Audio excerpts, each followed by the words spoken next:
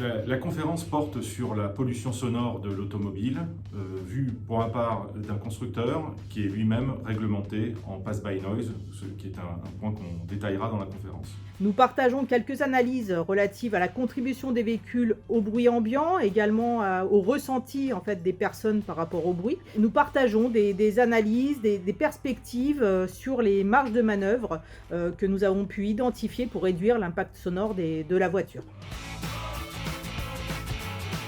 Les enjeux de l'acoustique pour un constructeur automobile sont la conformité aux normes et lois qui régissent l'émission extérieure du véhicule, tout en gardant des objectifs de confort intérieur par rapport à son identité de marque. En fait, on sait maintenant que le bruit dans l'environnement a des conséquences importantes sur la santé, en termes de stress, en termes de difficultés de concentration, en termes de troubles du sommeil, et que ça peut aussi générer sur le long terme des problèmes cardiovasculaires. Également, on sait que le bruit a des conséquences économiques, que ça va de la dépréciation immobilière aux pertes de productivité.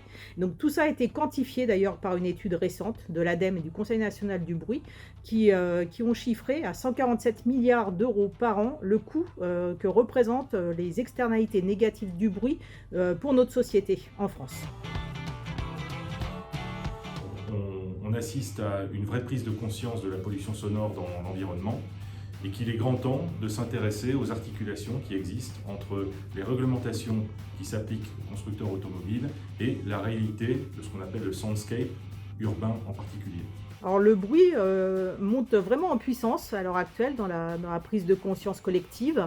Ça a été impulsé en fait en 2002 par une directive européenne qui a demandé aux États membres de réaliser des cartes de bruit et des plans d'action pour diminuer le bruit dans l'environnement. L'OMS également a émis des recommandations sur le bruit. Et puis en France, on a aussi introduit une nouvelle disposition dans le Code de l'environnement avec la loi d'orientation des mobilités qui ont porté sur une meilleure prise en compte des pics de bruit, le terme de pollution sonore qui a été introduit, et puis également l'expérimentation de radars sonores pour lutter contre les comportements inciviques au volant.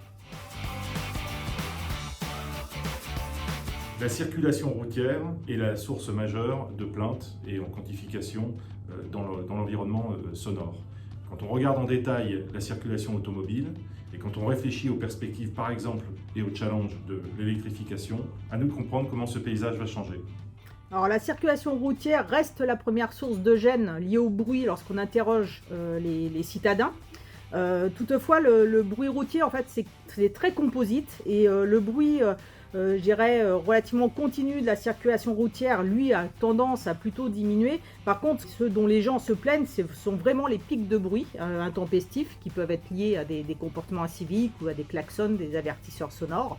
Et je dirais que les marges de manœuvre, maintenant, en effet, c'est plus sur l'infrastructure, puisqu'il y a eu déjà beaucoup d'efforts de fait sur les bruits moteurs et puis l'introduction de véhicules hybrides ou à composantes électriques. Et donc, du coup, les marges de manœuvre, maintenant, c'est beaucoup plus du côté de l'aménagement, de l'infrastructure et puis de la lutte contre les comportements inciviques.